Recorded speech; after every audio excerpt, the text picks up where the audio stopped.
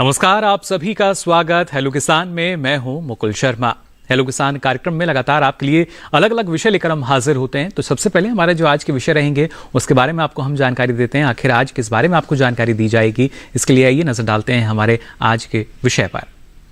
आज खासतौर से आपको हम जानकारी देंगे सरसों की फसल में सामयिक कार्यों की, यानी कौन कौन से कृषि कार्य आप अभी कर सकते हैं, और पुष्पन से पहले आम और लीची के बागों की देखभाल, जो फूल हैं वो ज़्यादा आएँ और फल आपको ज़्यादा मिलें, इसके लिए कई तरह की सावधानी आपको बरतनी होगी, प्रबंधन कार्य होता है। इनके बारे में आज आपको विस्तार से हम जानकारी देंगे। और इन विषय से संबंधित अगर आप कोई सवाल पूछना चाहते हैं या कुछ जानकारी लेना चाहते हैं तो आप हमारे टोल फ्री नंबर पर हमें कॉल कर सकते हैं। उसके लिए आप हमारे नंबर नोट कर सकते हैं। नंबर हैं 1800113060, साथ ही 1800113061। तो जल्दी से आप इन नंबर पर हमें कॉल कर सकते हैं और अपने सवाल जो है पूछ सकते हैं। लेकिन उनके जवाब आज कौन देंगे, इसके लिए हमारे साथ स्टूडियो में जो हमारे साथ आज खास मेहमान जुड़े हैं उनका भी परिचय आपसे करा दें। हमारे साथ स्टूडियो में मौजूद हैं डॉक्टर एस.एल. मीणा जी। आप प्रधान वैज्ञानिक हैं सस्य विज्ञान संभाग के भारतीय कृषि अनुसंधान संस्थान पूसा नई दिल्ली से। और साथ ही हमारे साथ जुड़े हैं डॉक्टर जयपाल सिंह चौधरी जी। आप वरिष्ठ वैज्ञानिक हैं कृषि प्रणालियों पठारी अनुसंधान संस्थान केंद्र रांची झारखंड से। बहुत बहुत स्वागत डॉक्टर चौधरी आपका भी। नमस्कार। तो चलिए सबसे पहले यहाँ बात कर लेते हैं सरसों की। जी हाँ, अभी का जो समय चल रहा है उसमें किस तरह की देखभाल हमारे किसान कर सकते हैं, या कौन कौन से कृषि कार्य हमें सरसों की फसल में कर लेने चाहिए, इस बारे में हम चाहेंगे डॉक्टर मीणा आप हमारे किसान जो हैं उनको जानकारी दें। कितना महत्वपूर्ण अभी का समय सरसों की फसल के लिए? बिल्कुल मुकुल जी, देखो सरसों की जो फसल है बहुत ही महत्वपूर्ण है। हम जब बात करते हैं खाद्यान्न तेल की, तो उसमें सरसों का बहुत ही बड़ा महत्वपूर्ण योगदान है जी। और ये जो सरसों की जो फसल है इस समय रबी में खड़ी है, खेतों में खड़ी हुई है, और इसकी जो बुआई होती है लगभग अक्टूबर के लास्ट वीक में या नवंबर के प्रथम सप्ताह में इसका कर लेते हैं। और अभी जो सरसों की जो फसल है वो या तो शाखाएं निकल रही होंगी, ब्रांचिंग स्टेज पे होगी, या कहीं कहीं फूल भी आ गए हैं। जी बिल्कुल। और इसमें फूल भी सरसों में आपको देखने को मिलेंगे। तो इस समय काफ़ी चीज़ें किसान भाइयों को ध्यान में रखनी होगी, क्योंकि जब हमारी जो फसल वनस्पति का अवस्था से जब जाती है फ्लोरिंग पर, यानी कि पुष्पन अवस्था जाती है, तो काफ़ी कुछ चेंज होता है। तो इस समय किसान भाइयों को पानी का बड़ा ध्यान रखना पड़ेगा, और कोई टॉप ड्रेसिंग यूरिया की अगर नहीं की होगी तो वो भी करनी पड़ सकती है। और बिल्कुल जो हानिकारक कीट है या कोई रोग है उसका भी नज़र आप बनाए रखें। कोई भी कीट, अगर कोई भी रोग आपकी फसल पर है तो उसका तुरंत आप निदान करें। जी बिल्कुल। तो देखिए किस तरीके से जो सरसों के पीले फूल हैं उससे भरा हुआ जब खेत नजर आता है तो किसान बहुत खुश होता है, और जब लहलाती फसल नजर आती है तो और भी ज़्यादा मुनाफे की संभावना बढ़ जाती है। कैसे इसको हम सार्थक कर पाएंगे, इस बारे में जानकारी आपको देंगे। और उससे पहले ये नजर डाल लेते हैं इस खास रिपोर्ट पर।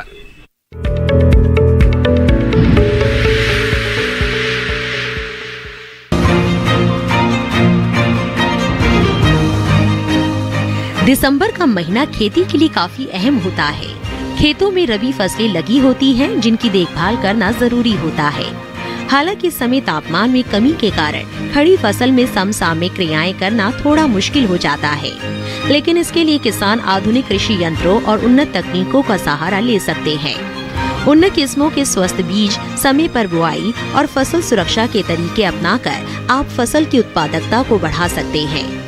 जिन इलाकों में किसान समय पर सरसों की बुआई नहीं कर पाए हैं, वहां मध्य दिसंबर तक आप पूसा सरसों 25, पूसा सरसों 26 और पूसा सरसों 28 की बुआई कर सकते हैं। सरसों की ये किस्में कम अवधि की है और देरी से बुआई करने पर भी अच्छी पैदावार दे सकती है। साथ ही जिन किसानों ने सरसों की फसल लगा रखी है वे सरसों में समसामयिक कार्य करें। पानी की उपलब्धता के आधार पर समय से सरसों में सिंचाई करें। अगर एक सिंचाई उपलब्ध हो तो 50 से 60 दिनों की अवस्था पर करें। 2 सिंचाई उपलब्ध होने की अवस्था में पहली सिंचाई बुआई के 40 से 50 दिनों बाद और दूसरी 90 से 100 दिनों बाद करें। अगर 3 सिंचाइयाँ उपलब्ध है तो पहली 30 से 35 व अन्य 2 30 से 35 दिनों के अंतराल पर करें। सरसों की फसल पर कई हानिकारक कीटों के लगने की आशंका रहती है। इनमें माहू और आरा मक्खी मुख्य कीट है। माहू कीट लगभग 35 से 70% तक उपज में हानि और 5 से 10% तक तेल की प्राप्ति में कमी करता है। जब कीट का प्रकोप औसतन 25 कीट प्रति पौधा या 10% पौधों पर हो जाए तो कृषि विशेषज्ञों की सलाह से कीटनाशक का छिड़काव कर सकते हैं।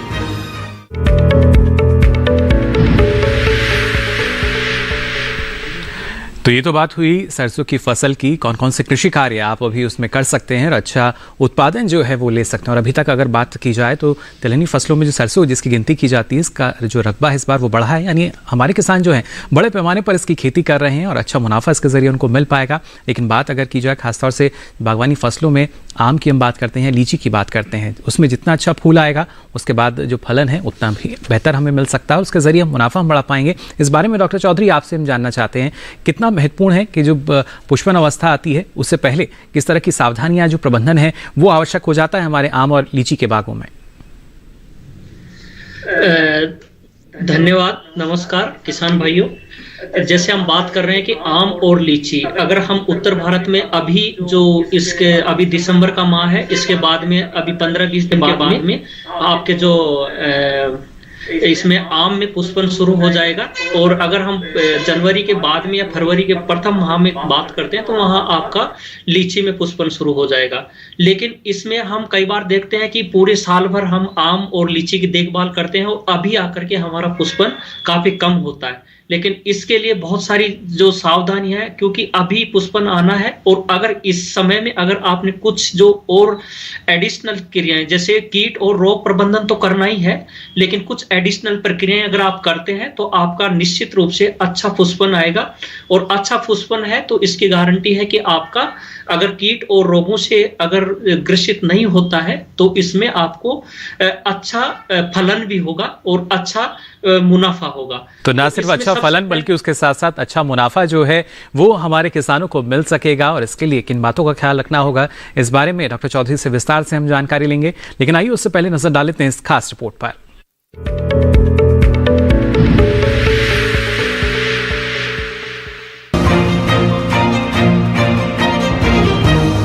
जिन किसानों ने आम और लीची के बाग लगा रखे हैं वो फल बागों की देखभाल करें। इस महीने पाला पड़ने की आशंका भी रहती है, ऐसे में बचाव के उपाय करने चाहिए। पाला प्रबंधन शुरू की अवस्था यानी नए बागानों में ज्यादा जरूरी होता है। सिंचाई के साथ साथ घास फूस, फसल अवशेष या पॉलिथीन से नए छोटे पौधों को ढक कर रखना चाहिए। आम के बागानों में जरूरत के हिसाब से सिंचाई करें। आम के बागों की साफ सफाई करें।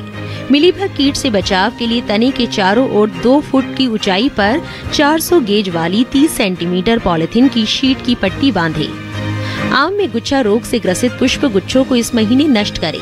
वहीं लीची की फसल में मंजर आने के 30 दिनों पहले पौधों पर जिंक सल्फेट के घोल का पहला और 15 दिनों के बाद दूसरा छिड़काव करने से मंजर और फूल अच्छे होते हैं।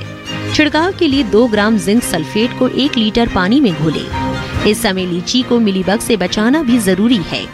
लीची में मिलीबग कीट की रोकथाम के लिए प्रति पेड़ 200 से 250 ग्राम मिथाइल पैराथियान का बुरकाव पेड़ के 1 मीटर के घेरे में कर दे। फिर पेड़ के तने पर जमीन से 30 से 40 सेंटीमीटर की ऊंचाई पर 400 गेज वाली अल्काथीन की 30 सेंटीमीटर चौड़ी पट्टी को सुतली से कसकर बांध दे। उसके दोनों सिरों पर गीली मिट्टी या ग्रीस का लेप कर दे। ऐसा करने से मिलीबग नीचे से ऊपर पेड़ पर नहीं चढ़ पाएंगे।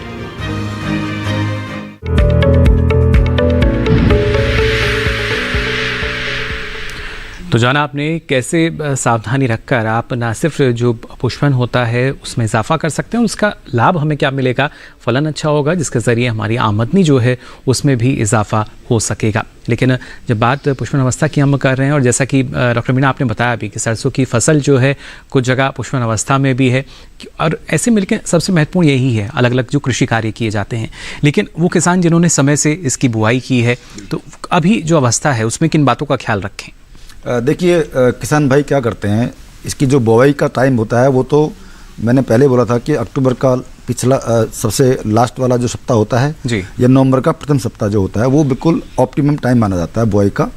लेकिन कई बार क्या है कि कभी बारिश कहीं नहीं होती है तो कई बार किसान भाई पलेवा करके भी इसकी बुआई करते हैं।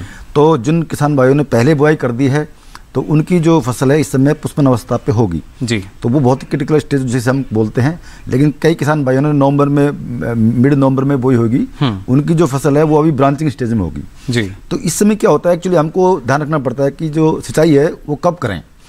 जनरली हम लोग सामान्य तौर पर किसान भाई को बोलते हैं कि सरसों में 3 पानी बहुत होते हैं जी। अगर बारिश नहीं होती है तो, और बारिश अगर कहीं होती है तो फिर आपको सिंचाई की आवश्यकता नहीं पड़ती है। जी। तो जो पहली सिंचाई जो करते हैं किसान भाई, तो वो करनी चाहिए उनको ब्रांचिंग स्टेज पे, यानी कि जब शाखाएं बनती हैं पौधों में तब उनको पहले सिंचाई करनी चाहिए।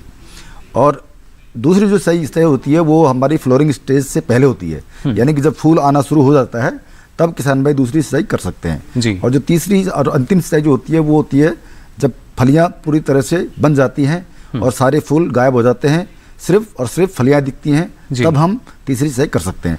तो इस समय किसान भाई दूसरी सिंचाई कर सकते हैं, या जो ब्रांचिंग स्टेज में है तो पहले सिंचाई कर सकते हैं। जी। साथ में वो यूरिया की टॉप ड्रेसिंग का भी इस्तेमाल कर सकते हैं। सिंचाई आपने मुख्य तौर पर बताई डॉक्टर साहब, लेकिन सिंचाई के तरीके भी अलग अलग हैं, क्योंकि हमारे जो किसान हैं फव्वारा विधि से भी करते हैं, ड्रिप से भी करते हैं, और हमने देखा है कि काफी अंतर उसके जरिए भी आता है फसल में। बिल्कुल, देखिए ये डिपेंड करेगा कि आपके पास कितनी अवेलेबिलिटी है पानी की।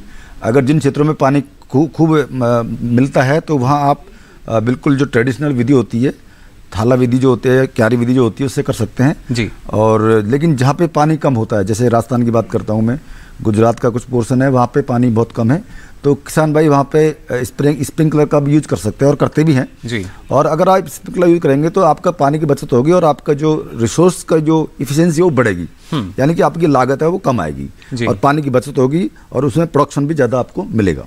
तो बिल्कुल देखिए किस तरीके से लागत कम करके आप अपने मुनाफे को बढ़ा सकते हैं। ना सिर्फ उत्पादन अच्छा होगा बल्कि जो गुणवत्ता है फसल की वो भी सीधे तौर पर हम कह सकते हैं आपको बेहतर मिल पाएगी। और ये ज़रूरी बात कि आप ना सिर्फ जो सिंचाई है, और अक्सर हम देखते हैं अगर जो सतही सिंचाई हमारे किसान करते हैं ये बिल्कुल सही नहीं है। आवश्यकता है आज के समय में पानी को बचाने की और अपने उत्पादन को बढ़ाने की भी।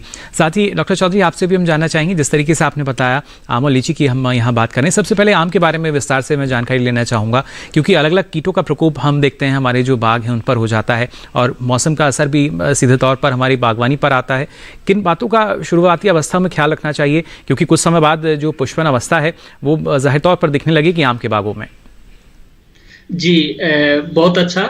जैसे हम पहले बात कर रहे हैं, जैसे अभी सरसों बात कर रहे थे, तो यहाँ पे आम में अगर हम बात करते हैं सिंचाई की, तो इस समय में जैसे जो बारिश हुई थी उसके बाद से अभी आम में सबसे जरूरी बात ध्यान रखने की यह है कि इसमें हमें सिंचाई नहीं करनी है। हमें बिल्कुल इसमें सिंचाई नहीं करनी है। अगर हम आम में अभी सिंचाई कर देंगे तो पुष्पन की बजाय उसमें नई पत्तियां निकलना शुरू होती हैं। तो बहुत जरूरी ध्यान देने योग्य बात यह है कि आम में अभी सिंचाई नहीं करनी है। और इसके बाद में दूसरा जो महत्वपूर्ण बात है कि जैसे हम प्रूनिंग की बात करते हैं, अभी आम में प्रूनिंग भी नहीं करते हैं, लेकिन बहुत जरूरी कई बार हो जाता है कि जो कीट ग्रसित और रोग ग्रसित शाखाएं हैं उसमें बहुत सारी जो शाखाएं आप देख रहे हैं कई मरी हुई रहती हैं, कई सूखी हुई रहती हैं, उनको काट करके जरूर हटाएं, क्योंकि ये काफी महत्वपूर्ण हो जाता है। जो कि ना सिर्फ जी डॉक्टर चौधरी जैसा आपने कहा, जो रोग शाखाएं हैं या कीट अगर हमें नजर आते हैं तो उनकी छटाई जरूरी है। इस बारे में और विस्तार से आपसे मैं जानकारी लूंगा, लेकिन फिलहाल एक दर्शक हमारे साथ जुड़ चुके हैं फोन लाइन पर, उड़ीसा से ये हमारे साथ जुड़े हैं। बहुत बहुत स्वागत आपका हेलो किसान में। क्या जानकारी लेना चाह रहे हैं? मनु बाबू जी, आवाज मिल पा रही है आपको? हेलो जी। हेलो जी, सवाल पूछ सकते हैं आप अपना। सर इंग्लिश की आवाज आ रही सर? जी, आपको सुन पा रहे हैं हम, अपना सवाल पूछ सकते हैं आप। सर मेरा ये सवाल था, सर मेरे पास एक 12 मासी आम के पेड़ है जी। जी हेलो हेलो, संपर्क हमारा इनके साथ फिलहाल टूट चुका है, लेकिन ये बेहद ज़रूरी। देखिए जो किसान है वो सभी कृषि कार्यों को जानते हैं, लेकिन उनको अगर आप वैज्ञानिक ढंग से करेंगे तो जाहिर तौर पर और अच्छा लाभ जो है आपको मिल सकता है। और डॉक्टर मीना ये कहना शायद गलत नहीं होगा कि हम अपने लाभ में उसको बढ़ा सकते हैं, उसमें इजाफा हम कर सकते हैं। इस बार भी अगर खासतौर से देखें तो सरकार भी प्रयास कर रही है, और सरसों की खेती अगर देखी जाए, क्योंकि MSP अच्छा मिला, MSP से दोगुना भाव किसानों को मिल पाया है, तो क्या ये भी एक कारण हम मान सकते हैं जो किसानों का रुझान है इस तरफ खेती में ज़्यादा बढ़ा है? बिल्कुल बिल्कुल, आपने सही कहा। मैं भी देख रहा हूँ, एक्चुअली मैं भी विजिट किया काफ़ी जगह किसानों के यहाँ पे जी। तो इस बार किसान भाइयों ने गेहूं की जगह सरसों उगाना शुरू कर दिया है, और इस बार जो एरिया है वो काफ़ी हद तक बढ़ गया है जी। क्योंकि अभी आपने देखा होगा रिसेंटली जो सरसों के जो भाव थे वो काफ़ी मार्केट में ज़्यादा थे जी। MSP से कहीं ज़्यादा बिकी थी जी। और इनकी डिमांड जो मार्केट में आई थी बहुत ज़बरदस्त थी, और वही भाव अगर किसान को लेने हैं उससे ज़्यादा लेना है तो इन सावधानियों को अपनाना बेहद ज़रूरी हो जाता है।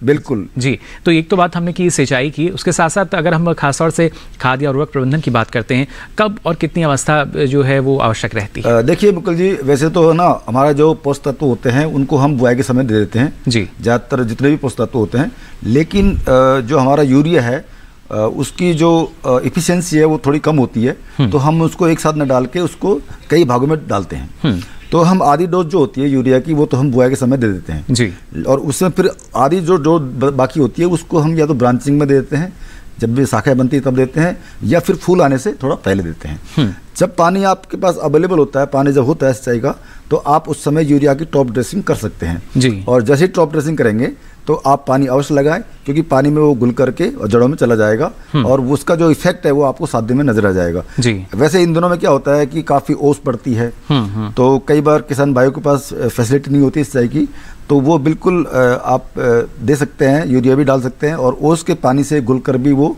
जड़ों तक पहुंच सकता है जी। तो ये भी एक माध्यम देखिए जिसके ज़रिए जो अच्छा उत्पादन है वो आपको मिल सकेगा। साथ ही डॉक्टर चौधरी, आपसे मैं जानकारी ले रहे थे, जो हमारे आम के बाग हैं उनको ना सिर्फ सावधानी बल्कि किस तरीके से पुष्पावस्था से पहले वहाँ पर कौन कौन से कृषि कार्य कर सकते हैं। और आपने बताया कि ना सिर्फ जो छटाई का कार्य है वो काफ़ी महत्वपूर्ण हो जाता है, लेकिन अलग अलग कीटों का प्रकोप भी जाहिर तौर पर नज़र आता है और वो भी प्रभावित करते हैं उत्पादन को, उनसे कैसे बचा जाए?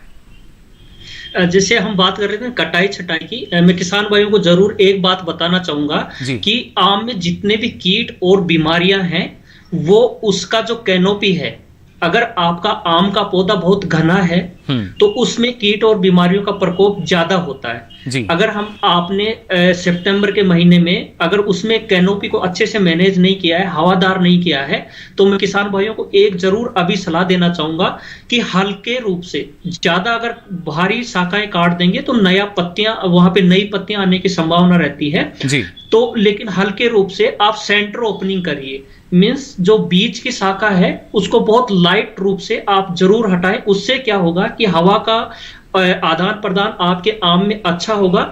उससे जो इसमें बहुत सारा मधुआ कीट है, मैंगो हॉपर जिसको बोलते हैं, थ्रिप्स है, इनका प्रकोप काफी कम होता है। तो इसलिए लाइट जो प्रूनिंग आप जो सेंटर ओपनिंग है जरूर करें, एक ध्यान।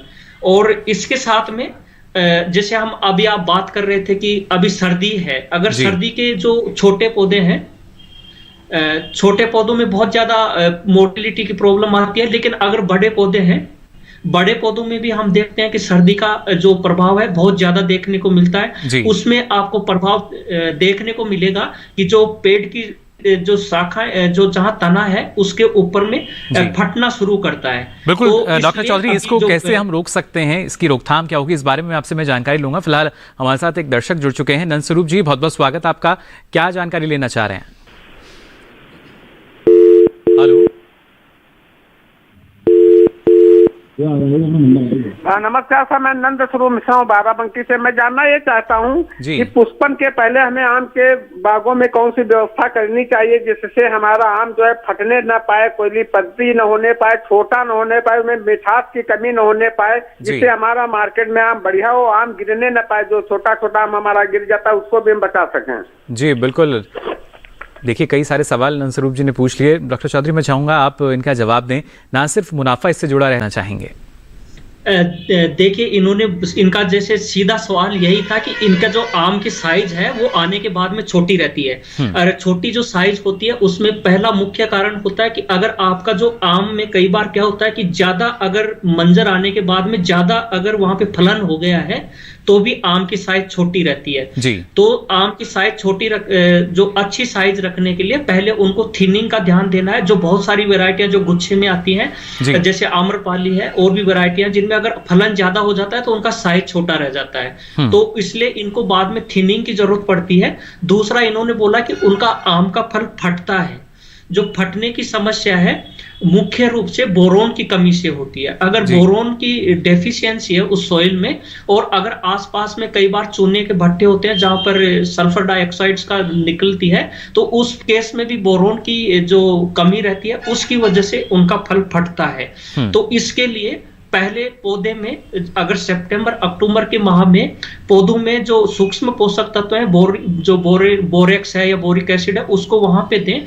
और अगर फल की समस्या है, फटने की समस्या, तो जरूर अभी एक स्प्रे बोरिक एसिड या बोरेक्स को 2 ग्राम और प्लस जिंक सल्फेट को कर दें। और इसके बाद में जैसे फ्रूट सेट हो जाता है उसके 10-10 दिन के अंतराल पे 2-3 बार बोरेक्स का और जिंक सल्फेट का दोनों का स्प्रे करें। उससे उनका जो फल को जो फटने वाली समस्या है वो कम होगी। चलिए, एक और दर्शक हमारे साथ जुड़ चुके हैं। बालेश्वर जी हमारे साथ जुड़े हैं सहारनपुर उत्तर प्रदेश से। बहुत बहुत स्वागत आपका बालेश्वर जी, क्या जानना चाह रहे हैं? सरसों बो रखी जी पीली, और उसमें पानी देना 45 दिन की होगी वो। जी, 45 दिन की हो चुकी है फसल और सिंचाई अभी करनी है जी। कुछ समस्या उसमें आप देख पा रहे हैं? जी पहले जी, तो क्या फूल आ गए हैं क्या बालेश्वर जी? हाँ जी। अभी जो फसल है उसमें फूल आ चुका है?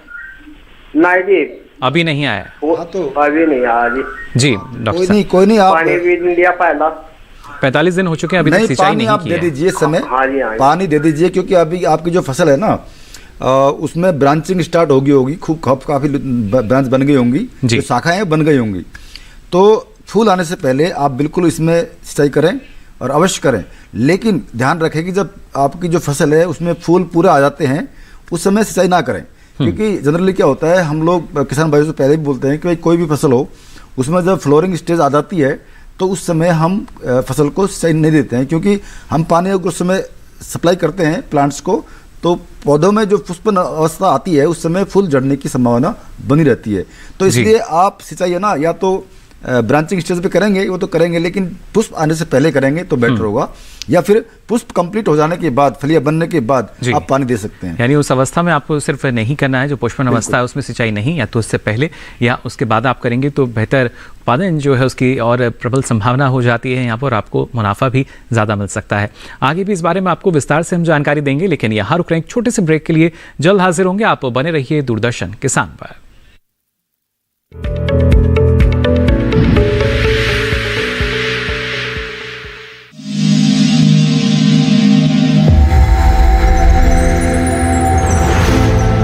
आत्मनिर्भर किसान भारत की शान। उत्पादन में आत्मनिर्भर होने के साथ साथ फसल की कटाई के उपरांत उपज की हानि को रोकने, ग्रामीण क्षेत्रों में रोजगार सृजन करने और बीज से बाजार तक के विजन को मजबूती देने के उद्देश्य से 1 वर्ष पूर्व माननीय प्रधानमंत्री श्री नरेंद्र मोदी जी ने एक महत्वाकांक्षी केंद्रीय योजना एग्रीकल्चर इंफ्रास्ट्रक्चर फंड की शुरुआत की। इस आधुनिक इंफ्रास्ट्रक्चर से कृषि आधारित उद्योग लगाने में एक बहुत बड़ा बदलाव आएगा और बहुत बड़ी गति आएगी। साथियों, अब हम उस स्थिति की तरफ बढ़ रहे हैं जहां गांव के कृषि उद्योगों से फूड आधारित उत्पाद शहर जाएंगे, और यही तो आत्मनिर्भर भारत अभियान का संकल्प है। एग्रीकल्चर इंफ्रास्ट्रक्चर फंड से पात्र लाभार्थी गोदामों का निर्माण कर सकते हैं, छटाई या ग्रेडिंग इकाई, पैकिंग हाउस, सप्लाई चेन और कोल्ड चेन जैसी सुविधाएं, या फिर प्राथमिक कृषि प्रसंस्करण केंद्र की स्थापना कर सकते हैं। इस योजना के तहत पात्र लाभार्थियों को 2 करोड़ रुपए तक के ऋण पर अधिकतम 7 वर्ष के लिए ब्याज में 3% तक की छूट दी जा रही है। ऋण पुनर्भुगतान के लिए 6 महीने से 2 वर्ष तक मोरेटोरियम की सुविधा भी उपलब्ध है। इस योजना ने अब तक सफलता की कई मिसालें कायम की हैं, जैसे कि मध्य प्रदेश के लाभार्थी श्री विपिन त्रिपाठी ने एग्रीकल्चर वेस्ट से बायोफ्यूल बनाने का इनोवेटिव प्राइमरी प्रोसेसिंग सेंटर लगाया है। लोन मिलने की वजह से हम समय पर सारी मशीनों का प्रोक्योरमेंट और सारा सिविल वर्क टाइम पे करवा पाए, जिससे ये प्रोजेक्ट को लगाना संभव हो पाए। राजस्थान के लाभार्थी श्री यशवर्धन मुंद्रा ने सॉर्टिंग एंड ग्रेडिंग यूनिट लगाकर रोजगार के अवसर पैदा किए हैं। कर्नाटक की महिला उद्यमी श्रीमती ममता वी ने प्राइमरी प्रोसेसिंग सेंटर लगाकर प्रगति की नई राह चुनी है। ಸಣ್ಣ ಪುಟ್ಟ ಉದ್ಯಮಿಗಳನ್ನ ಮತ್ತಷ್ಟು ಅಗ್ರಿಕಲ್ಚರ್ ಅಲ್ಲಿ ಹೆಚ್ಚು ನಾವು ಇನ್ನಷ್ಟು ಸಾಧನೆ ಮಾಡಲಿಕ್ಕೆ ಕಾರಣಕಾರಕವಾದಂತ ಈ ಅಗ್ರಿಕಲ್ಚರಲ್ ಇನ್ಫ್ರಾಸ್ಟ್ರಕ್ಚರ್ ಫಂಡ್ ಇಂದ ನಮ್ಮ ಇನ್ನಷ್ಟು ಯೋಜನೆಗಳು ಆಯೋಜನೆಗಳು ಉತ್ತಮಗೊಂಡಿದೆ। राजस्थान के लाभार्थी श्री दिनेश भट्टर ने जीरे की प्रोसेसिंग यूनिट लगाकर आसपास के ग्रामीणों को आत्मनिर्भरता प्रदान की है। महाराष्ट्र के लाभार्थी श्री अनूप कुमार मोहता ने वेयर हाउस बनाकर अन्न भंडारण को सुनिश्चित किया है। आज देश के कोने कोने से किसान, कृषि उद्यमी, किसान उत्पादक संघ, प्राथमिक कृषि सहकारी समितियां, स्वयं सहायता समूह और कृषि उपज मंडियां इस योजना का लाभ उठा रहे हैं।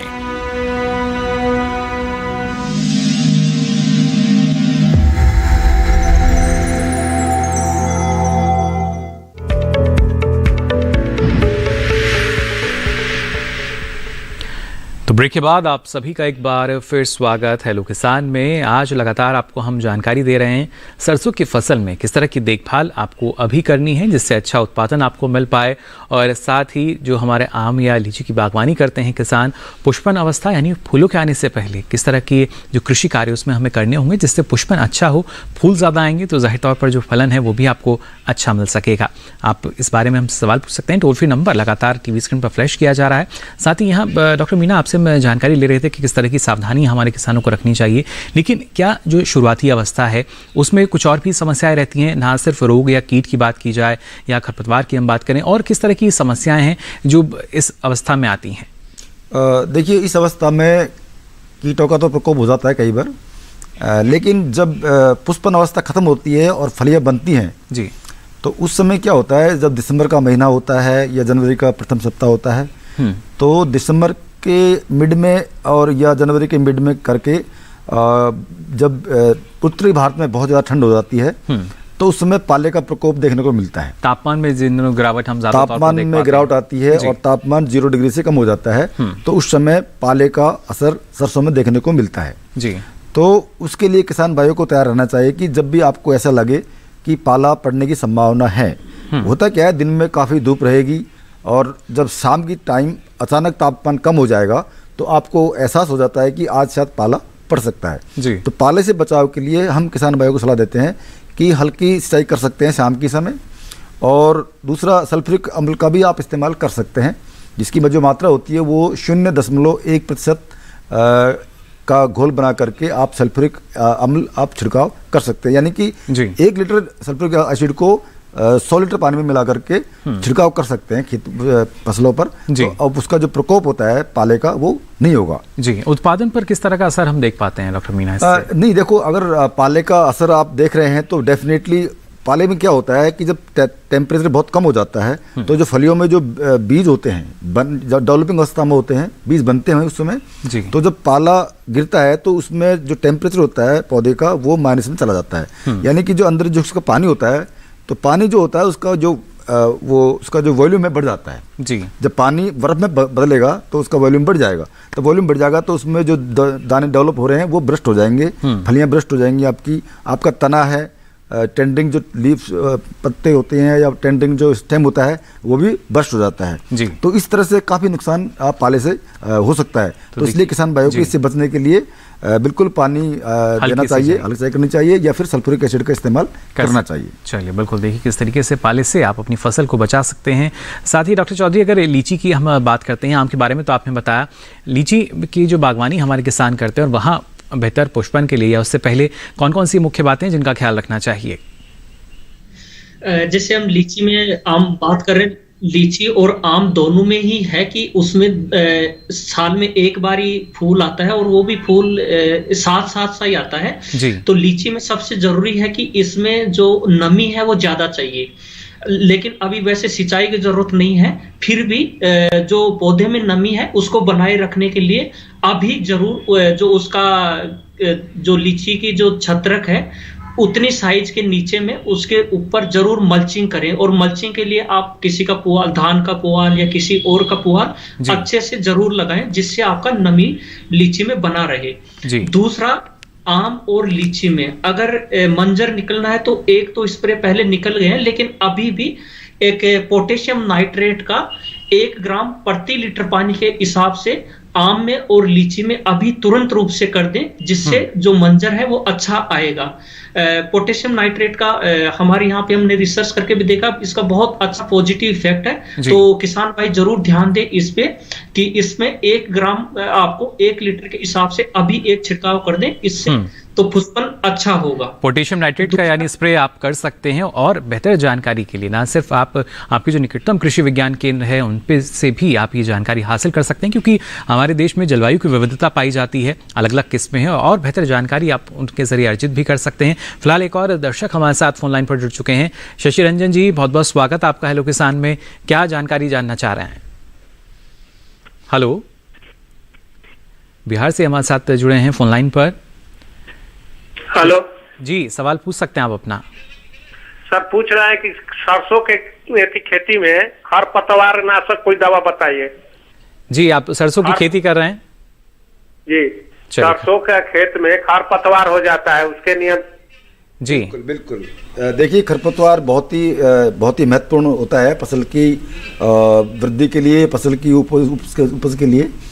तो जब कोई फसल हो, अगर उसमें खरपतवार ज़्यादा होते हैं तो डेफिनेटली हमारी जो प्रोडक्शन है उस पर प्रभाव पड़ता है उसका।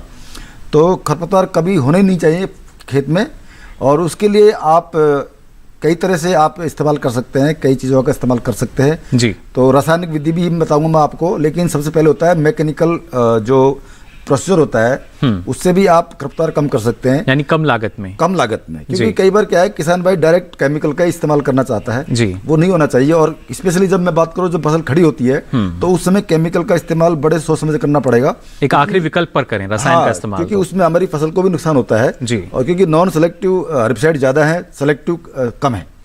तो इसमें क्या है कि किसान भाइयों को करना क्या चाहिए था कि जैसे फसल आपकी जब बोने के समय आता है तो उससे पहले खेत की तैयारी अच्छे से करना पड़ेगा जी। आप उसमें पहले हैरो करवाइए, डिसिंग करवाइए, फिर बाद में प्लो करवाइए, कल्टीवेटर चलाइए। ये काम जरूरी है बुआई से पहले, क्योंकि कई बार किसान भाई क्या करता है कि डायरेक्ट सोइंग कर देता है, तो उसमें क्या है कि खरपतवार ज़्यादा उत्पन्न होते हैं। लेकिन अगर खेत की तैयारी अच्छे से की होगी आपने तो नो डाउट खरपतवार आपके बहुत कम होंगे। अब दूसरी बात आती है कि अगर आपका रकबा बहुत बड़ा है और आपको केमिकल इस्तेमाल करना ही होगा खरपतवार नियंत्रण करने के लिए, तो लेकिन केमिकल का जो इस्तेमाल करने का जो टाइमिंग होता है वो अलग अलग होता है। एक तो हम लोग बुआई से पहले भी करते हैं, उसे हम प्री प्लांट हेर्बिसाइड बोलते हैं। एक होता है बुआई करने के बाद, लेकिन जर्मिनेशन से पहले, यानी कि आपका जो बीज है सरसों का वो उगा नहीं है, उससे पहले आप हेर्बिसाइड का इस्तेमाल कर सकते हैं, उन्हें बोलते हैं हम प्री इमरजेंस। और एक होते हैं पोस्ट इमरजेंस, यानी कि बुआई कर दी है, फसल आपकी खड़ी है तो आप इसका इस्तेमाल कर सकते हैं। लेकिन हम सलाह यही देते हैं कि आप प्री प्लांट या फिर प्री इमरजेंस हेर्बिसाइड का इस्तेमाल करें। उसमें पेंडिमेथिलिन सबसे एक्सीलेंट एग्जाम्पल है। तो जब किसान भाई सरसों को बुआई कर देता है और जर्मिनेशन नहीं होता है तो बुआई के 1 या 2 दिन बाद आप पेंडिमेथिलिन का इस्तेमाल करिए। और पेंडिमेथिलिन की जो आपकी जो डोज होती है वो करीब करीब 900 ग्राम से लेके 1 किलोग्राम तक होती है। ये आपकी 1 हेक्टेयर के लिए यानी 4 बीघे जमीन के लिए सफिशिएंट होता है। और जो पानी की जो मात्रा होती है वो आपको लेनी पड़ेगी करीब 700 से लेकर 800 लीटर। इसमें घोल बना करके छिड़काव करेंगे तो कोई भी खरपतवार खेत में नहीं आएगा। जी बिल्कुल। तो देखिए किस तरीके से खरपतवार का नियंत्रण हो सकता है और आप कम लागत में नियंत्रण कर सकते हैं। जो रसायन है उसको आखिरी विकल्प के तौर पर आपको चयन करना चाहिए। फिलहाल एक और दर्शक हमारे साथ जुड़ चुके हैं फोन लाइन पर। बहुत बहुत स्वागत आपका हेलो किसान में। क्या जानना चाह रहे हैं? हरिओम जी। हाँ सर जी, सवाल पूछ सकते हैं आप अपना। सर, जो सरसों में पोला ना खरपतवार होता है उसके लिए क्या होगा? सरसों की फसल में आ रहा है खरपतवार? हाँ जी। चौड़ी पत्ती का आप बता रहे हैं, कौन सा है? हाँ सर, वो पोला नामक खरपतवार जैसा होता है जी। अच्छा हाँ सर। हाँ, चौड़ी पत्ती वाला है, सकड़ी पत्ती वाला है? जो ऐसे प्याज का पेड़ नहीं होता है जी, सकरी पत्ती जैसे बताया जिस तरीके से प्याज का होता है। नहीं, आपकी जो फसल अभी कितनी बड़ी है, कितनी दिन की होती है? गोल पत्ती वाला सर। नहीं, आपकी जो फसल है कितने दिन की हो गई है? आपकी जो फसल है वो कितने दिन की हो गई है? क्योंकि देखो क्या होता है मुकुल जी, हाँ बिल्कुल मैं समझ गया प्रश्न आपका। सामान्यतः क्या होता है, सरसों जो पौधा होता है उसमें काफ़ी चौड़े पत्ते आते हैं। तो वैसे जो होता है वीड्स का जो टाइमिंग होता है नुकसान करने का वो होता है 30 से लेके 35 दिन शुरुआती दिन होते हैं। जैसे कोई भी हमारी फसल होती है उसका ड्यूरेशन डिपेंड करता है कि कितने ड्यूरेशन की हमारी फसल है। जैसे सरसों की बात करता हूँ तो सरसों करीब 130 दिन से लेके 140 दिन में पक जाती है, तो यानी इसका ड्यूरेशन कम होता है। तो इसमें जो कंपटीशन वाली बात आती है कि यानी कि सरसों का जो खरपतवार साथ कंपटीशन है, एक प्रतिस्पर्धा, वो करीब 30-40 दिन के बीच तक होता है। तो यानी कि आपको खरपतवार का जो नियंत्रण है वो शुरुआती 40 दिन तक करना है जी। उसके बाद अगर खरपतवार आते हैं आपकी फसल में तो उसका कोई ज़्यादा प्रभाव देखने को नहीं मिलेगा, क्योंकि एक तो क्या होगा, इसका जो पत्ती चौड़ी होती है सरसों की, चौड़ी पत्ती होने की वजह से ये सभी खरपतवारों को दबा देता है, तो वहाँ खरपतवार ज़्यादा पनपते नहीं हैं। और शुरुआती तौर पर ज़रूर आपको इसको कंट्रोल करना पड़ेगा। तो मैंने पहले बताया था आपको कि इसमें जो खरपतवार नाशी है उनमें स्पेशली जो पेंडिमेथिलीन है इसका आप इस्तेमाल ज़रूर करें। वो कब करें? बुआई के बाद, यानी कि आपने बुआई कर दी है, बुआई के तुरंत बाद 1 या 2 दिन बाद कर सकते हैं। और उसका स्प्रे के लिए मैंने पहले बोला था आपको कि करीब 1 किलोग्राम आपको पेंडिमेथिलीन लेना पड़ेगा और 700 से लेकर 800 लीटर पानी लेना पड़ेगा, उसको टैंक में मिक्स करके। और उसका आप 4 हेक्टेयर के हिसाब से ये मैं बता रहा हूँ मात्रा, कम ज़्यादा भी हो सकती है। अगर आपका एरिया कम है तो कम कर सकते हैं, ज़्यादा है तो क्षेत्र के अनुसार। हाँ, तो इस तरह से अगर मिला के आप करेंगे तो उसमें कोई भी खरपतवार नहीं होगा। इसमें इस समय अब इस समय देने का कोई फायदा नहीं, क्योंकि आपकी जो फसल है वो करीब 50-60 दिन की होगी।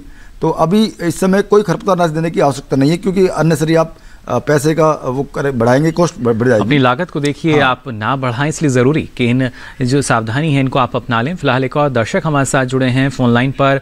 बहुत बहुत स्वागत आपका हेलो किसान में। क्या जानना चाह रहे हैं? सूरज पाल जी, गुजारिश आपसे करना चाहेंगे। हेलो,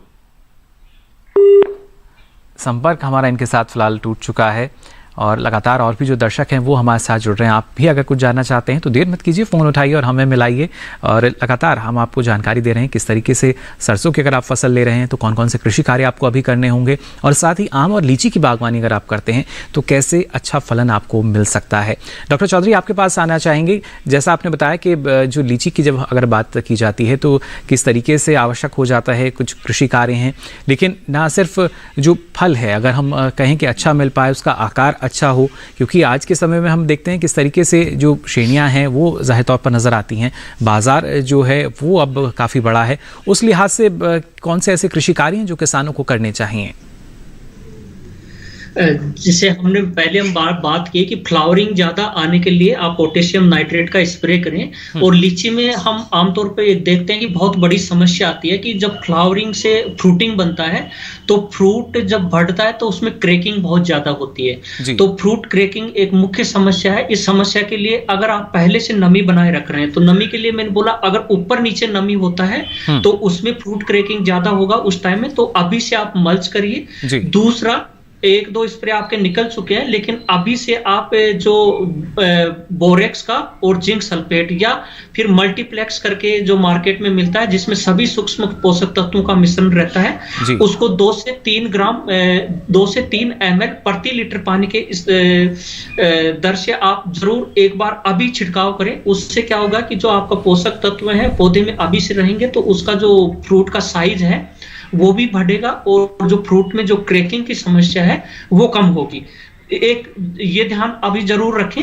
और सर्दी है, क्योंकि जो लीची का जो एरिया है मुख्य रूप से बिहार में, झारखंड में, कुछ हिस्सा उत्तराखंड में और पंजाब में है, तो यहाँ पे सर्दी काफी पड़ती है। और आम में और लीची में सर्दी से जो छाल फटने की समस्या ज्यादा होती है, तो इसलिए जरूर अभी जो तना है, मुख्य तना, उसके ऊपर चूने से पुताई करें। उससे क्या होगा कि जो सर्दी से तना फटने की समस्या आपकी कम होगी। जी बिल्कुल, एक समस्या तो यहाँ आपने समाधान बता दिया कि जो फटने की समस्या है वो कम हो सकेगी, लेकिन और भी कई समस्याएं उसके बारे में भी आपसे हम जानकारी लेंगे। फिलहाल एक और दर्शक हमारे साथ जुड़ चुके हैं फोन लाइन पर।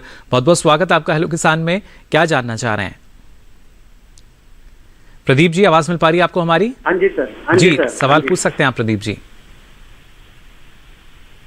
नमस्कार सर, मैं प्रदीप कुमार जो है अम्बेडकर नगर से बोल रहा हूँ सर। जी हाँ जी सर। हाँ जी सर। जी सर, मैं ये जानना चाहता हूँ कि आम की फसलों के लिए जो है सर किन दवाओं का छिड़काव किया जाए जिससे उसमें जो है पुष्पन जो है अधिक से अधिक हो जाए सर। चलिए, बिल्कुल डॉक्टर चौधरी हमारे साथ प्रदीप जी जुड़े हैं और जानना चाह रहे हैं कि किन दवाओं का छिड़काव करें जिससे पुष्पन जो है वो ज्यादा हो सके।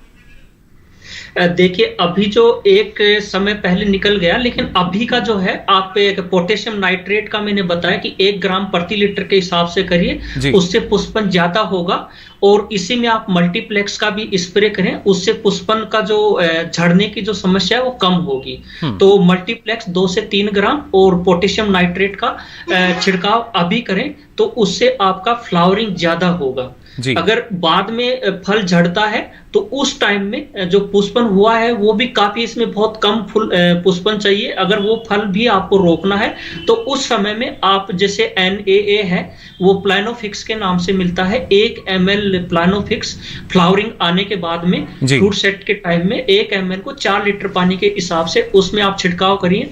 और आप जैसे मुजफ्फरपुर से बता रहे थे, आप एक बार जरूर अपने पास के कृषि विज्ञान केंद्र से संपर्क करिए। अब वहां पे पैक्लाबुट्राजोल जो केमिकल है उसकी संभावना कितनी है आम के ऊपर अप्लाई करने की, क्योंकि पैक्लाबुट्राजोल से जो एकांतरण फलन है और अच्छा पुष्पन होता है। लेकिन उसमें समस्या यह है कि अगर आपकी जो मिट्टी है कमजोर है तो उसमें आपका जो आम है वो उसमें एक तरह से शॉक लगेगा, और शॉक लगने से जो आगे का यील्ड है वो कम हो जाएगा। 1-2 बार अच्छा आएगा, लेकिन इसके लिए आप जरूर वहां का जो कृषि विज्ञान केंद्र है या आपके आसपास जो लखनऊ में CISH है, हमारे ICAR का अनुसंधान जो केंद्र है, वहां पर आप मिलिए तो पैक्लाबुट्राजोल की संभावना को जरूर देखिए। उससे आपका जो फ्लावरिंग है बहुत ज्यादा और फ्रूटिंग अच्छा होता है उससे। जी, साथ ही डॉक्टर चौधरी जानना चाहेंगे आपसे, जैसे आपने बताया कि जो हमारे आम के बाग हैं या पेड़ का जो तना है वहाँ चूना लगा दिया जाता है, लेकिन हम देखते हैं कभी कभी जो थाला है उसको थोड़ा बड़ा कर देते हैं और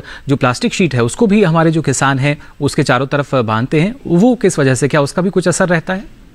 जी, ये जो आप बता रहे हैं, मतलब हम जिसकी बात कर रहे हैं कि थाला जो है अगर उसके आसपास में, जो थाले के आसपास में ये करते हैं जहां पर मीलीबग का प्रकोप ज्यादा होता है, क्योंकि अलग अलग स्पीसीज हैं जो नॉर्थ इंडिया में, जैसे आप उत्तर प्रदेश में, बिहार में, पंजाब में, यहाँ पे जो स्पीसीज की बात है वो स्पीसीज जो मीलीबग का है वो नीचे से अभी ऊपर चढ़ रहा होगा। नवंबर के लास्ट सप्ताह में और दिसंबर के पहले दूसरे सप्ताह में जो लीची बग के जो निम्फ है वो अभी ऊपर चढ़ते हैं। तो उसके लिए अगर आप नीम का आपका जो आम का पौधा है उसके चारों तरफ जो थाला है उसको तो आप खुदाई करके अगर उसमें नीम की खली का प्रयोग करते हैं तो ये वाले जो निम्फ, जो एडल्ट निम्फ है वो ऊपर चढ़ने से पहले ही आपका जो नीम की खली एक पोषक तत्वों का काम भी करेगा और उसको मारने का काम करेगा, तो उसकी भी रोकथाम हो सकेगी, जिसके बाद अच्छा लाभ जो है आपको मिल सकेगा, समस्या आपकी कम हो सकेगी।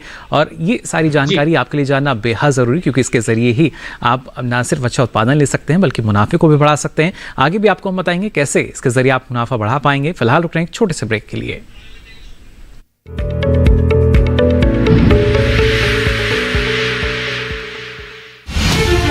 अन्नदाता किसानों की खुशहाली और उनकी आय में बढ़ोतरी के लिए भारत सरकार लगातार प्रयासरत है। माननीय प्रधानमंत्री श्री नरेंद्र मोदी जी के दूरदर्शी नेतृत्व में पिछले 7 वर्षों में खेती को आधुनिक और किसानों को आत्मनिर्भर बनाने के लिए कई निर्णय लिए गए हैं।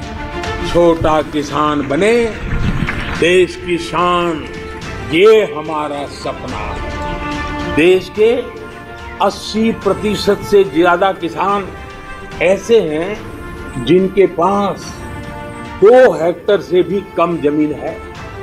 अब देश में इन्हीं छोटे किसानों को ध्यान में रखते हुए कृषि सुधार किए जा रहे हैं, निर्णय लिए जा रहे हैं। प्रधानमंत्री किसान सम्मान निधि योजना की शुरुआत 24 फरवरी 2019 को माननीय प्रधानमंत्री श्री नरेंद्र मोदी जी के द्वारा की गई थी। पीएम किसान योजना का पूरा खर्च भारत सरकार वहन करती है। इसके तहत लाभार्थी किसानों को हर साल 6,000 रुपए की सम्मान राशि 2,000 रुपए की 3 समान किस्तों में सीधे उनके बैंक खातों में हस्तांतरित की जाती है। अब तक 11 करोड़ से भी अधिक लाभार्थी किसानों के बैंक खातों में 1,58,000 करोड़ रुपए से अधिक की राशि सीधे ट्रांसफर की जा चुकी है।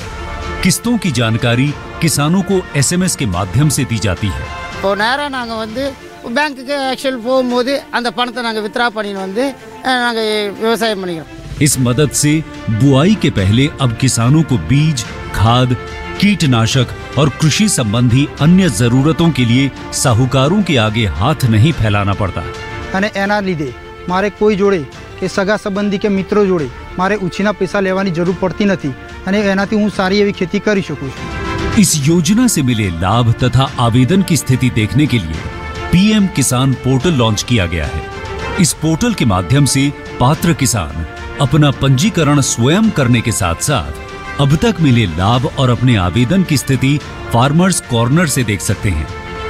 इस योजना का लाभ पात्र किसानों को ही मिल सके, इसके लिए इस प्रक्रिया को फूल प्रूफ बनाते हुए इसे आधार और इनकम टैक्स वेरिफिकेशन के साथ साथ फिजिकल वेरिफिकेशन से भी जोड़ा गया है। इसके अलावा किसानों की सुविधाओं और जानकारी के लिए पीएम किसान मोबाइल ऐप भी विकसित किया गया है। पीएम किसान सम्मान निधि योजना का लाभ देश के सभी राज्यों और केंद्र शासित प्रदेशों के किसानों को मिल रहा है। इसे हासिल करके हमारा किसान सबल और आत्मनिर्भर हो रहा है। इस स्कीम ने हमारा भारत सरकार ने हमारा किसान के लिए बहुत बड़ा सम्मान दिया है। इसीलिए हम भारत सरकार को, प्रधानमंत्री नरेंद्र मोदी जी को हम बहुत बहुत धन्यवाद देती हूँ। आत्मनिर्भर भारत की पहचान प्रगतिशील और समर्थ किसान।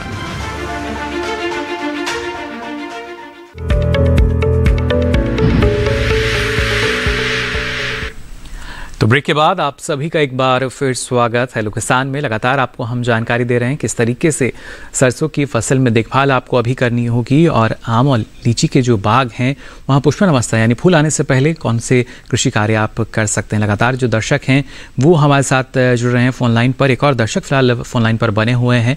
Hello hello. हाँ जी नमस्ते सर। नमस्कार, क्या जानना चाह रहे हैं सर? कितना रहेगा सर? महेंद्र जी। यस जी, क्या जानना चाह रहे हैं बताइए। सरसों की वैरायटी को जान सरसों के बारे में क्या जानकारी लेना चाह रहे हैं? कौन सी वैरायटी अच्छा रहेगा सर? कौन सी? अभी क्योंकि शायद थोड़ी देरी हो चुकी है जो हमारी पछेती किस्में हैं छत्तीसगढ़ के लिए। अभी समय जा चुका है जी। कुछ वैरायटी है किसान भाई लगा सकते हैं। अभी वो जल्दी करेंगे तो लगा सकते हैं जी। वैसे तो सरसों की बहुत सारी वैरायटी हैं, उन्नत किस्में हैं और आपको हर जगह मिल जाएगी।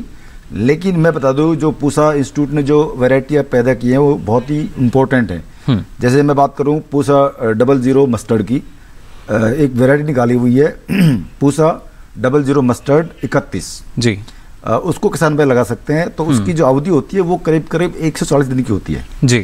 तो वैसे पहले भी हमने बताया था इनको कि डिस्प्ले में बताया था कि पूसा की 28 है, पूसा मस्टर्ड 25-26 है जी। पूसा मस्टर्ड 30 भी है, इनको लगा सकते हैं। लेकिन अगर 00 की बात करते हैं 00 मस्टर्ड वो 31 है जो कि बिल्कुल लेटेस्ट वैरायटी है जी। और ये पहली वैरायटी है 00 पूरे इंडिया में।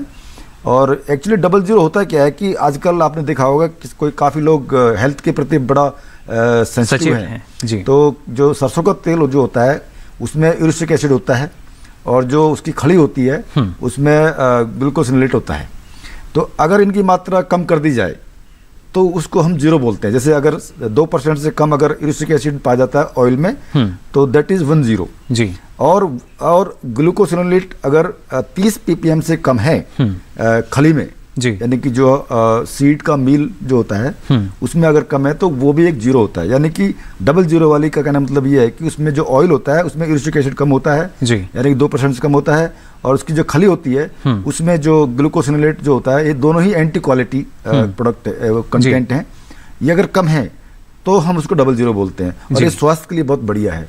किसान जिन भाइयों की हार्ट की प्रॉब्लम होती है किसी और को तो उनके लिए ये मस्टर्ड का ऑयल बहुत बढ़िया रहता है जी। तो और मस्टर्ड की वैरायटी बहुत है, जैसे कम पानी के लिए है जैसे पूसा तारक है और बहुत सारी जो किस्में हैं वो हमारे DMR जो हमारा यहाँ पे भरतपुर में है सरसों का अनुसंधान संस्थान वहाँ से निकाली हुई है। बहुत सारी वैरायटी आपको मिल जाएंगी और नज़दीक KVK में जाके आप सलाह ले सकते हैं। लेकिन अभी अगर आपको बोना है तो पूसा मस्टर्ड 26, 28 और 30 का बो सकते हैं, सही समय है। और इससे पहले आप बोते तो अच्छा रहते हैं। चलिए बिल्कुल। एक और दर्शक हमारे साथ जुड़ चुके हैं, विक्रम जी हमारे साथ जुड़े हैं उत्तर प्रदेश से। बहुत बहुत स्वागत आपका। क्या जानना चाह रहे हैं? सरसों के खेत में जी ये बथुआ नाम का है, बथुआ खरपतवार बहुत ज्यादा है। बथुआ ज्यादा हो चुका है जी जी। और आपकी फसल कितने दिन की हो चुकी है सुरेंद्र जी? इसके लिए क्या है उपाय? कितने दिन की फसल हो चुकी है आपकी? ये हो गई लगभग 20 दिन की। 20 दिन की है ना? कोई बात नहीं, कोई बात नहीं, अभी तो बिल्कुल सही स्टेज है। देखिए सुरेंद्र जी, जो बथुआ होता है वो भी चौड़ी पत्ती वाला होता है और जो हमारी सरसों है वो भी चौड़ी पत्ती वाली होती है। तो इसमें अगर कोई हर्बिसाइड हम यूज करेंगे तो वो बिल्कुल हमारी फसल को नुकसान पहुंचाएगा। पहली बात तो ये है। अगर आपकी फसल सिर्फ 20 दिन की है तो आप निराई गुड़ाई उसमें करवा सकते हैं, क्योंकि इस समय कोई भी हर्बिसाइड अगर इस्तेमाल करेंगे कि दोनों सेम ही हैं, यानी कि जो हमारा खरपतवार है वो भी चौड़ी पत्ते वाला है और जो हमारी फसल है वो भी चौड़ी पत्ती वाली। यानी हाथों से निकालना सही रहेगा? हाथों से निकालना बहुत सही रहेगा, या फिर आप केमिकल का इस्तेमाल करते तो पहले करना चाहिए था जी। जिसको मैंने बोला कि एक तो प्री प्लांट होता है, एक प्री इमरजेंस होता है। तो जो प्री इमरजेंस का मतलब होता है कि बुआई के आप तुरंत बाद इसका इस्तेमाल करेंगे, वो है पेंडिमेथिलिन जी। चलिए, उसका इस्तेमाल करना चाहिए था जी। तो इस तरह की जो समस्याएं हैं वो कम हो सकती हैं अगर आप शुरुआत से ही सही देखभाल करते हैं। तो साथ ही यहाँ डॉक्टर चौधरी आपसे भी हम जानना चाहेंगे, जिस तरीके से आपने बताया कि पुष्पन अवसर से पहले किस तरह की तैयारी हमें कर लेनी चाहिए, लेकिन एक शिकायत कभी कभी किसानों की रहती है कि जो हमारा पुष्पन अवस्था है वो तो अच्छी रही, फूल तो खूब अच्छा आया, लेकिन उसके अनुसार जो फल है वो नहीं बन पाते हैं। इसकी पीछे क्या वजह? जैसे बहुत अच्छा से मतलब आपने अच्छे पूछे कि पुष्पन आने के बाद में फल नहीं बनता है, और फल बनने के सबसे पहले जरूरी है कि उसमें जो कीट आते हैं, मधु जो रस चूसने वाला कीट रहता है, जैसे इसमें फ्लावरिंग स्टेज पे मधुआ कीड़ा आता है जिसको मैंगो हॉपर बोलते हैं। थ्रिप्स का प्रकोप आजकल बहुत ज्यादा बढ़ रहा है, तो और ये मीली बग्स हैं और कुछ बीमारियां हैं। अगर उसी टाइम में बारिश हो जाती है या तापमान गिर जाता है तो जो एंथ्रेक्नोज बीमारी है, और उस या बाद में अगर तापमान बढ़ जाता है तो पाउडरी मिल्ड्यू, ये बीमारियां आती हैं। और इन बीमारियों की वजह से किसान कई बार बार कंटिन्यूसली स्प्रे करते हैं, तो स्प्रे की वजह से पॉलिनेशन नहीं होने की वजह से भी फलन कम होता है, और कीट और बीमारी की वजह से भी आपका जो पुष्पन से फल नहीं बन पाता है। तो इसके लिए जरूर पहले ध्यान दें किसान अभी से। अगर अभी जो खेत में अगर आपके जो आम के बगीचों में पुष्पन नहीं आया है तो उसके लिए आप मैंगो हॉपर्स के लिए क्यूनल फोस जो इकालेक्स के नाम से मिलता है 2 ml दवा को इंसेक्टिसाइड को स्प्रे करें। स्प्रे करते वक्त ये ध्यान रहे कि जो पेड़ का जो मुख्य तना है उसके ऊपर भी छिड़काव हो। इससे क्या होगा कि जो कीट अभी जो छाल में छुपा हुआ है वो मरेगा, तो इसलिए ध्यान जरूर रखें, ये छिड़काव करें। और उसके साथ में जो एंथ्रेक्नोज बीमारी है वो अभी आपके पौधों के ऊपर में जो पत्तियां हैं उनके ऊपर में लगी हुई है, तो इसके लिए कॉपर ऑक्सीक्लोराइड 0.3 यानी कि 2.5 ग्राम प्रति लीटर पानी के हिसाब से कॉपर ऑक्सीक्लोराइड का, या कार्बेंडाजिम जो बेबिस्टिन के नाम से उपलब्ध है उसका 1.5 ग्राम, दोनों में से किसी एक का जरूर अभी एक छिड़काव कर दें। इससे क्या होगा कि जो आने वाला जो पुष्पन है वो आपको कीट और जो बीमारियां हैं उससे अच्छी तरह से मुक्त रहेंगे, और उससे जो फलन है वो अच्छा होगा। क्योंकि आप पुष्पन आने के बाद में अगर पुष्पन फूल ओपन हो जाते हैं तो उसके लिए कीट, बहुत सारे जो घरेलू मक्खियां हैं उनके द्वारा परागण होता है, उसके समय में आप छिड़काव नहीं कर पाते हैं। तो इस छिड़काव को पहले ही आप कीट नियंत्रण करके रखिए, उस समय आपको छिड़काव नहीं करना पड़े, तो इससे आपका निश्चित रूप से अच्छा फलन होगा। जी बिल्कुल। तो देखिए, तमाम सावधानी अपनाएंगे तो ना सिर्फ पुष्पन जो है वो बेहतर होगा और उसके बाद फलन भी अच्छा हो सकेगा। डॉक्टर चौधरी, इतनी महत्वपूर्ण जानकारी आपने हमारे दर्शकों के साथ साझा की, इसके लिए आपका बहुत बहुत आभार। जी नमस्कार। जी, तो यहाँ देखिए डॉक्टर चौधरी हमें जानकारी दे थे। साथ ही डॉक्टर मीना, अभी जैसा हमने डॉक्टर चौधरी से भी जानकारी ली, जो सरसों की फसल है उसमें भी क्या इस अवस्था में कीटों का प्रकोप हो सकता है? हाँ बिल्कुल, जैसे कि इन्होंने बताया ना, इस तरह से सरसों में भी प्रॉब्लम आती है, हानिकारक कीट आते हैं और इसमें कई रोग भी इसमें लग सकते हैं। जैसे हम लोग बात कर रहे हैं सफ़ेद कीट लगता है, एक रोग लगता है जी, वो भी लग सकता है। और कभी कभी क्या है कि जो फसल के जो पत्ते होते हैं उनके निचली सतह पे फफोले पड़ जाते हैं सफ़ेद सफ़ेद। जी बिल्कुल। तो वो भी एक रोग का वही एक लक्षण है। तो उसकी रोकथाम के लिए रेडोमिल नामक की दवा आती है, उसका इस्तेमाल कर सकते हैं। और दूसरा आता है कि एक कीट आते हैं इसमें, जैसे महू जिसे हम बोलते हैं, चैपा जिसे हम बोलते हैं, उसका प्रकोप जनवरी के महीने में शुरू हो जाता है। तो किसान भाइयों को पहले से ही रेडी रहना चाहिए कि चैपा का जो प्रकोप है ये बहुत ज़्यादा सीवियर होता है और ये फसल को बहुत नुकसान पहुंचाता है। ये हरे भूरे रंग के छोटे छोटे कीड़े होते हैं, तो इनको कंट्रोल करने के लिए किसान भाई अपने खेतों में देखें। और कभी कभी क्या है कि ये पैचेज में पाए जाते हैं, कभी कभी पूरे खेत में पाए जाते हैं। तो लगातार निगरानी जो है वो भी आपको जरूर करनी होगी, सावधानी आपको बरतनी होगी, जिससे अच्छा उत्पादन आपको मिले और अच्छा मुनाफा भी मिल पाए। साथ ही डॉक्टर असिल मीणा, आपने भी इतनी महत्वपूर्ण जानकारी साझा की, इसके लिए आपका भी बहुत बहुत आभार। Thank you. तो जाना आप सभी ने कैसे आप अच्छा उत्पादन ले सकते हैं सरसों की फसल की अगर बात की जाए और इसके ज़रिए अपने मुनाफे को बढ़ा सकते हैं। अब चलिए हमारा जो कल का विषय रहेगा उसके बारे में भी आपको हम जानकारी दे दें, जिससे पहले से ही आप अपने सवाल तैयार कर लें। कल का विषय रहेगा गेहूं फसल प्रबंधन और साथ ही बात होगी शुष्क क्षेत्रों में उद्यान की फसलों की देखभाल कैसे करें। कल के विषय आपने जान लिए। साथ ही अपना कोई सवाल या सुझाव हम तक पहुंचाना चाहते हैं तो आप हमें ईमेल कर सकते हैं। हमारी मेल आईडी है hellokisan2015@gmail.com। साथ ही फेसबुक के जरिए भी आप हमसे जुड़ सकते हैं। इसके लिए आपको फेसबुक पर जाकर हिंदी में टाइप करना होगा हेलो किसान, और यहाँ भी आप अपना सवाल या सुझाव लिखकर छोड़ सकते हैं। और बारी आखिरी लेकिन सबसे महत्वपूर्ण विकल्प की, जी हाँ, आप डीडी किसान कॉल सेंटर का नंबर आप नोट कर लीजिए। नंबर याद नहीं है तो नंबर है 1800113060। सोमवार से शनिवार सुबह 6 से रात के 10 बजे तक ये लाइंस खुली हैं। इस पर भी आप अपना सवाल दर्ज करा सकते हैं। कोशिश हमारी यही रहती है कि जो सवाल हैं आपके उनको शामिल कर पाएँ। साथ ही अब आप ये सारी जानकारी जो है डीडी किसान के यूट्यूब चैनल पर भी देख सकते हैं। इसके लिए आपको बता दें, आपकी टीवी स्क्रीन पर जो QR कोड दिखाया जा रहा है इसे आप स्कैन कीजिए और फिर ये सारी जानकारी, इससे पहले भी जो जानकारी प्रसारित हुई है वो आप ले सकेंगे यूट्यूब के माध्यम से। तो फिलहाल आज के लिए हेलो किसान में बस इतना ही। फिर हाजिर होंगे नई जानकारी के साथ, तब तक के लिए दीजिए इजाजत। नमस्कार।